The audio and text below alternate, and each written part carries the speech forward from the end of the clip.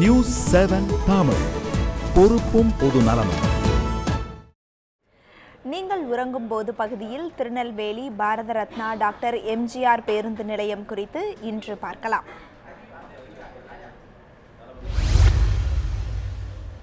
இப்போ நம்ம இருக்கிற இடம் பாரத ரத்னா டாக்டர் எம்ஜிஆர் பேருந்து நிலையம். இதுக்கு இன்னொரு பேரும் சொல்லுவாங்க, திருநெல்வேலி மாநகராட்சி புதிய பேருந்து நிலையம் அப்படின்னு சொல்லுவாங்க. பகல் நேரத்தில் ரொம்பவே பரபரப்பாக இருக்கக்கூடிய இந்த பேருந்து நிலையம் இந்த நகரமே தூங்குகின்ற இந்த நேரத்தில் எப்படி இருக்கு, அதாவது இந்த நள்ளிரவுல எப்படி இருக்கு அப்படிங்கிறத நம்மளே உள்ள போய் தெரிஞ்சுக்கிடலாம். பேருந்து நிலையத்திற்கு உள்ளே செல்வதற்கு முன்பு வாசலில் ஆட்டோ ஓட்டுநர்களை காண முடிந்தது.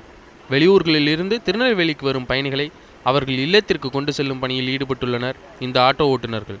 மேலும் இரவு நேரத்தில் ஆட்டோ ஓட்டுவதால் வருமானம் என்பது சுமாராக இருப்பதாகவும் தெரிவிக்கின்றனர்.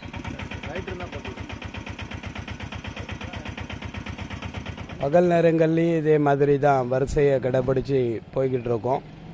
இதே மாதிரி தான் வரக்கூடிய ஆஃபர் எங்கே போகணுங்கிறத கேட்டு அவங்கள பத்திரமா கொண்டு வீட்டில் இறக்கி விட்டுக்கிட்டு இருக்கோம்.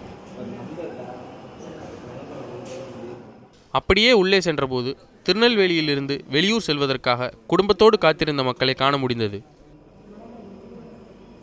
இந்த பேருந்து நிலையம் மிகப்பெரிய பேருந்து நிலையமாக இருந்தாலும் இரவு நேரங்களில் போதிய பேருந்து வசதி இல்லாத காரணத்தினால ஒரு சில மக்கள் இரவு நேரங்களில் இங்கே இருக்கக்கூடிய இருக்கையில் அமர்ந்தோ அல்லது இங்கே படுத்து அப்படியே தங்களுடைய பொழுதை போக்கி எப்போ பேருந்து வரும் அப்படிங்கிற ஒரு எதிர்நோக்கோட காத்துட்டு இருக்கக்கூடிய ஒரு சூழ்நிலையை இந்த இரவு நேரத்தில் நம்மளால காண முடிகிறது.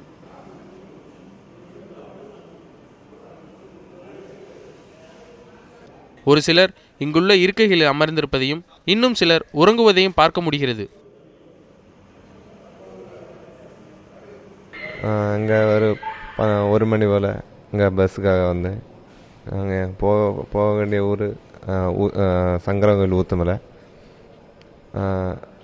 2 மணி நேரமாக காத்திருக்கேன். பஸ் வரல. 4 மணிக்கு தான் வரும்னு சொல்லுவாங்க. இரவு நேரங்களில் இந்த மாதிரி தான் நடந்துக்கிட்டு இருக்கு.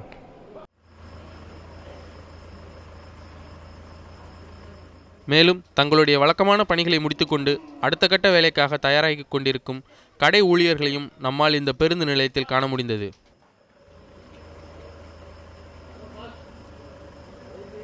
ஒருபுறம் பயணிகளுடைய வருகைக்காக ஆட்டோ ஓட்டுநர்கள், மற்றொரு புறம் பேருந்தினுடைய வருகைக்காக பயணிகள் என்று இந்த பேருந்து நிலையம் இருக்க, வரக்கூடிய மக்களுக்கு தேவையான இனிப்பகம், பழக்கடை என்று இந்த பேருந்து நிலையத்தில் தேநீர் கடையும் அருமையாக அமைந்துள்ளது என்றே சொல்லலாம். இவ்வாறு ஒவ்வொரு புறமும் ஒரு வேளை நடைபெற்று கொண்டிருக்க, நள்ளிரவிலும் இனிப்பகம், பழக்கடை, டீக்கடை என இயங்கிக் கொண்டிருப்பதை காண முடிகிறது. இதனால் இங்கு வரும் வாடிக்கையாளர்கள் தங்கள் தேவையை எளிதாக பூர்த்தி செய்து கொள்ள முடிகிறது. மேலும் இவ்வாறு இரவு நேர வேளையில் தாங்கள் ஒவ்வொரு பகுதியாக பார்த்து கொள்வதாக தெரிவிக்கின்றனர் கடை ஊழியர்கள். 9 காலையில் 9 வரை நைட்டு ட்ரெயினோட ஆள் இங்கே தான் இப்போ சரி போகணும். அதனால் பழைய பஸ் ஸ்டாண்ட் இப்போ பண்ணி ஃபுல்லாக 24 நேரம் உண்டு. அதில் போயிட்டே இருப்பாங்க, ஆள் வந்துகிட்டே இருப்பாங்க. அது சேல்ஸ் மீடியம் போயிட்டுருக்கோம். அப்படியே 1-2 ஆள் வந்துக்கிட்டே தான் இருப்பாங்க. கடை அடைக்கிற 20% இருந்துகிட்டே தான் இருக்கும்.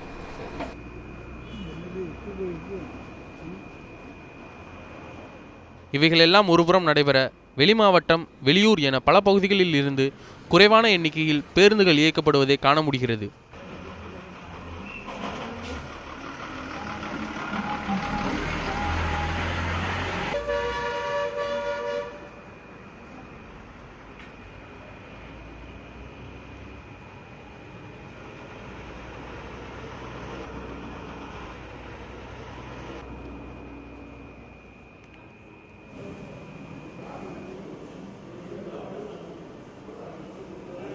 நேரம் செல்ல செல்ல பேருந்து நிலையத்திற்கு நாளிதழ்களும் வந்தடைந்தன. இவைகளை வேறு இடங்களுக்கு அனுப்புவதற்கான தயார் செய்யப்படும் பணிகள் நடைபெற்றன. அப்படியே நாளிதழ் வாசிப்பும் ஒருபுறம் நடந்தது.